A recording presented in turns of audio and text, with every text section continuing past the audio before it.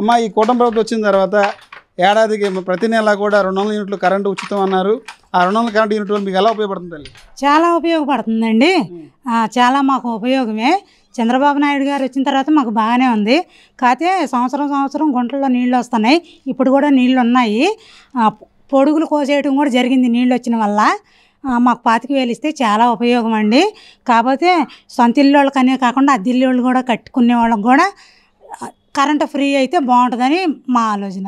దాంతోపాటుగా ప్రతి ఏడాది కూడా 25,000 ఇస్తామని చెప్పి అన్నది మీకు ఎలా ఉపయోగపడుతుంది? చాలా ఉపయోగపడుతుందండి. పిల్లల చదువులకు కానీ పెళ్ళిళ్ళప్పుడు కొంచెం దేనికన్నా ఉపయోగపడుతుందండి. చాలా మంచిది. ఈ ఎమ్మెల్యే లోకేష్ గారి పనితీరు ఎలా ఉంది? గతంలో ఇచ్చిన హామీ ఎలా అమలు చేశారు?